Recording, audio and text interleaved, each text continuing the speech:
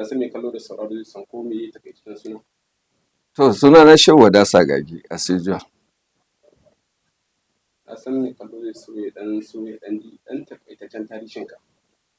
To ni an haife ni ne a unguwar Sagagi cikin birnin Kano, now Kano Municipal. Sannan na yi ƙofar na isa primary school. Sannan na yi Aminu Kano Community Commercial College. Sannan na yi Gumel Advanced Teachers College. Na yi NCE kenan, Business Education. Sannan na yi first degree na a Bayero University Kano, where I graduated as with BSc Accounting. Sannan na yi qualifying as certified accountant. Mu ne second set na Nigerian College of Accountancy Jos, wanda na yi passing a 1999. Sannan na yi masters ɗina in business administration year 2000, yau shekara 25 kenan. Sannan na yi advanced diploma in computer science. Sannan na da certificate diploma in shipping finance. Sannan na yi aiki a history and culture bureau. Bayan nan na tafi Sharaɗa Oil Mill as accountant. Bayan na bari na tafi National Maritime Authority, yanzu ana kiransa NIMASA. Na bar aiki a 2023 inda na shiga kuma gwagwarmaya ta kasuwanci. Sannan na yi chairman na Kano State Small Scale Oil Millers Association. Na kuma chairman na Kano State Nigerian Association of Small and Medium Enterprise Development Agency. To wannan dai as far as dangantaka da wannan ministry din ya kace abin da ne banda kuma ɓangaren siyasa. Ɓangaren siyasa. To a ɓangaren siyasa na yi state vice chairman na caretaker vice chairman lokacin Kafayos. Bayan nan kuma na yi caretaker secretary a PDP Dedik. Sannan kuma na yi substantive chairman a PDP kafin mu bari mu dawo NNPP. Kamar irin wani achievement ka samu shigo ka ofis ɗin?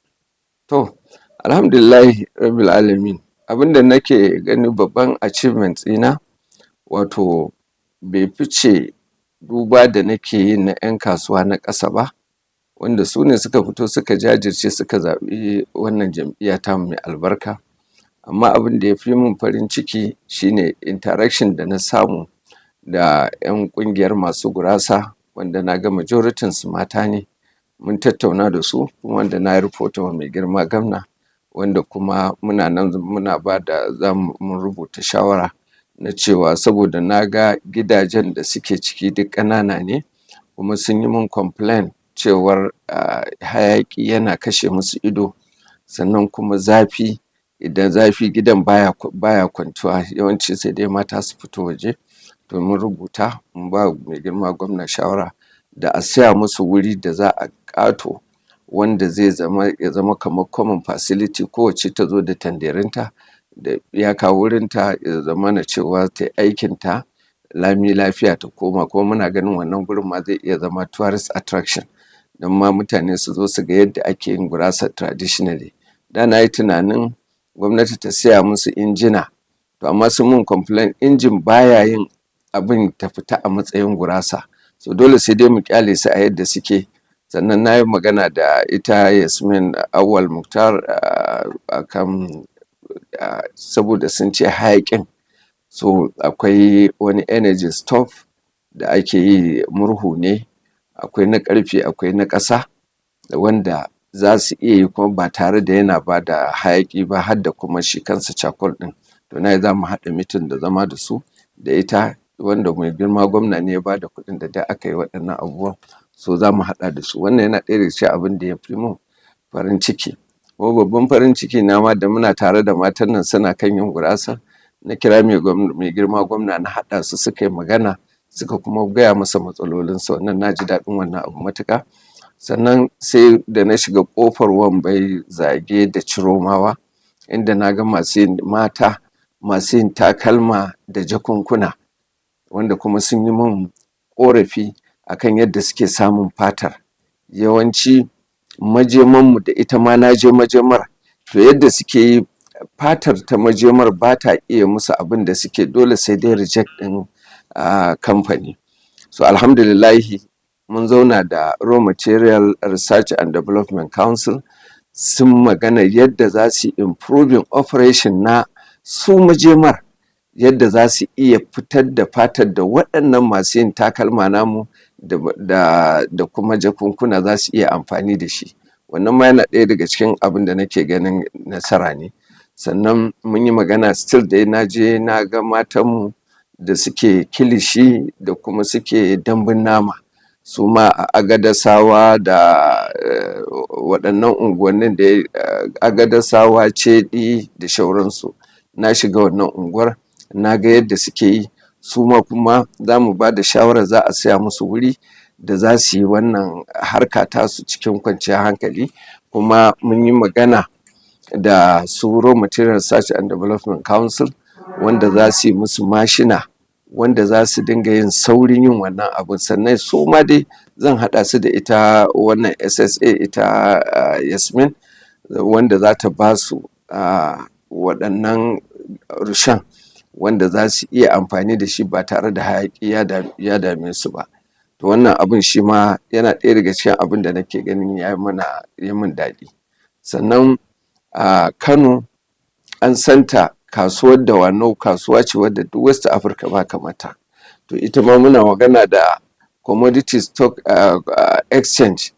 Commodity Exchange ɗin nan yadda za a yi hada-hadar kayan gona ta zamani, inda maimakon ka ga ko 'yan ƙasashen waje suna zuwa kasuwar su suke cin riba, to yadda za mu ƙarfafi 'yan kasuwanmu ya zamana suna da direct access to international market. So wannan shi ma mun fara magana, wanda in principle ma gwamna ya bani go ahead na cewa a yi wannan abin nan ɗin. So za mu ƙarfafa da abin nan ɗinmu da su National Commodity Exchange. Sannan sai mun yi yau da safen nan mun yi magana da Security and Exchange Commission, wato na capital market kenan, wato kasuwar zuba hannun jari. So mun yi magana da su yadda za mu ƙarfafu ƙananan masana'antunmu da yadda za su zama in line with su wannan capital market ɗin. Hawa-hawa ne, akwai wato over the counter da suke kira. To za mu shirya 'yan ƙananan masana'antunmu yadda zai zamana cewa sun yi abin da daidai da 'yan kamfaninnikan kudu suke yi. Kuma in Allah ya yarda za mu ƙarfafa musu a wannan. Sannan za mu yi convincing ɗin mutanenmu masu manya-manyan kamfaninnika da su patronizing wannan capital market ɗin. To babban abu mai muhimmanci da muke da su, za su ba ni list ɗin dukkanin wani ɗan Kano da yake da shares a kamfaninnika duk all over the country, wanda aka yi through capital market ɗin nan. Za su ba ni list ɗinsu, zan ba mai girma gwamna don ya tura wasu Kano State Internal Revenue Service, saboda withholding tax da ake cajen su maimakon a bawa Lagos, ya zama na Kano za a dinga bayarwa. So wannan ma yana ɗaya daga cikin abin da muka yi magana da su, wanda kuma ya yi min daɗi matuƙa. Sannan da zuwa na embassy na China ya yi matuƙar amfani. Mun tattauna da su kansu mutanen official na embassy ɗin, wanda za su ba mu gudunmawa. Akwai training da za su yi wa government officials na seminars, wanda su za su ɗauki nauyi, wanda za su tura aƙalla a wannan shekarar ma'aikatan gwamnati kamar mutum 40, wanda za su tura musu. Sannan mun yi magana da su yadda za mu akan vocational training. Matasanmu suna nan da yawa babu sana'a, bayan ma akwai masu sana'ar ma kuma sana'ar da ba a buƙata ce.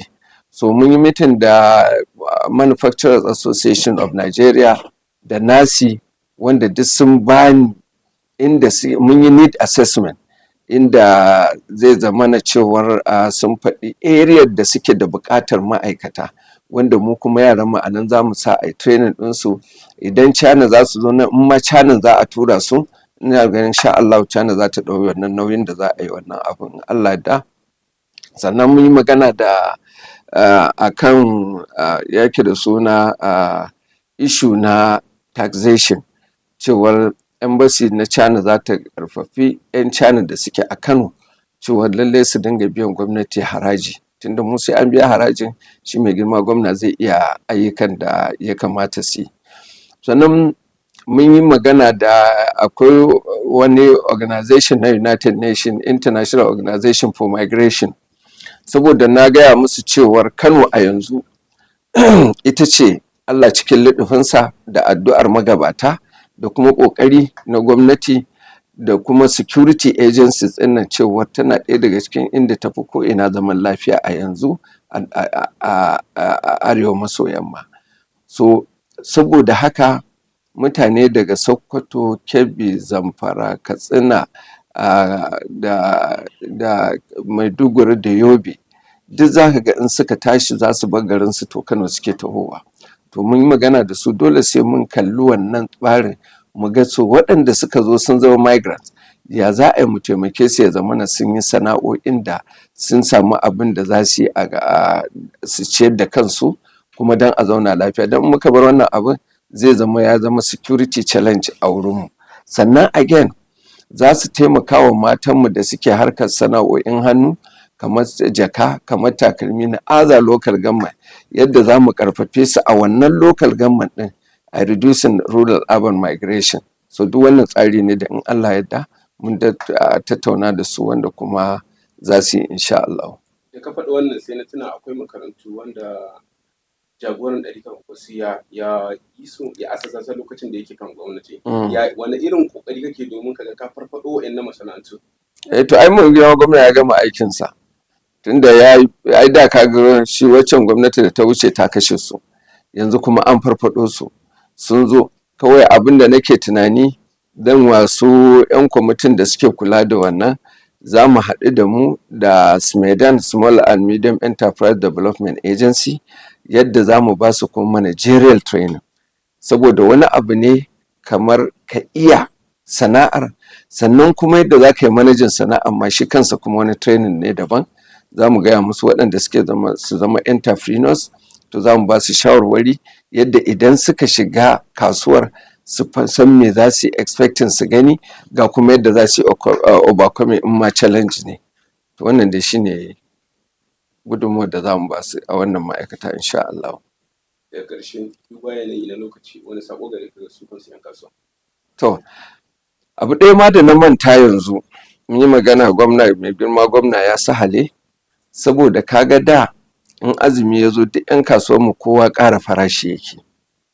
To a yanzu wannan ma'aikata ta zauna da 'yan kasuwan nan, kasuwar Singa, kasuwar Kantin Kwari, kasuwar Dawanau, ƙofar Wambai, masu sana'ar kifi, masu sana'ar sai da nama, masu kayan miya, duk mun zauna da su, da Kantin Kwari, duk za su zo da kayan da za a buƙata da azumi ko da sallah, cewa za mu yi trade fair, kuma kowannensu za su rage farashin da suke sayarwa a kan kasuwarsu, wannan don a taimaki al'umma kuma su samu, mun san halin da al'umma suke. Gwamnati tana iyaka ƙoƙarinta na palliative, amma shi dambu in yawa baya jin mai. So dole mu yi wannan tsarin yadda al'umma za su zama cewar kuma sun samu kayan masarufin nan da sauƙi. Kuma as a result of maganar da mai girma gwamna ya yi na cewar ya kamata 'yan kasuwa su rage farashi, to yanzu alhamdulillah manya-manyan 'yan kasuwan nan na Singa da Dawanau da wannan duk sun ji, da Kantin Kwari sun ji wannan kira na mai girma gwamna, kuma yanzu kowa ya san cewar farashi na waɗannan ya sauko. Kawai abin da nan gaba nake so zan yi mitin da masu ƙungiyar masu biredi. Magana ta gaskiya, ya kamata ƙungiyar masu biredi su samu wato moli kala guda ɗaya, a biredin 500, to ya zama na kowanne content ɗin ɗaya ne. Za mu zauna da su, zan ji meye matsalar su, inda gwamnati za ta shigo, mai girma gwamna ya shigo, saboda ya zama na cewa duk inda ka sai biredi A ko biredi B da same value za ka samu. To za mu yi wannan ƙoƙarin, kuma mu ji meye matsalolinsu, me isa farashin fulawa ya sauka, me isa na bai sauka ba. Mun sani ba fulawa ce kaɗai take yin biredi ba, akwai mai, akwai sukari, akwai gishiri, akwai itace, akwai waye, duk waɗanda suna nan. To sai mun zauna mun fahimci meye matsalar su da ya sa farashin biredi bai sauka ba, sai mu ga inda gwamnati za ta taimaka musu don al'umma su samu su ci biredi da sauƙi insha Allah. To amin ya Allah.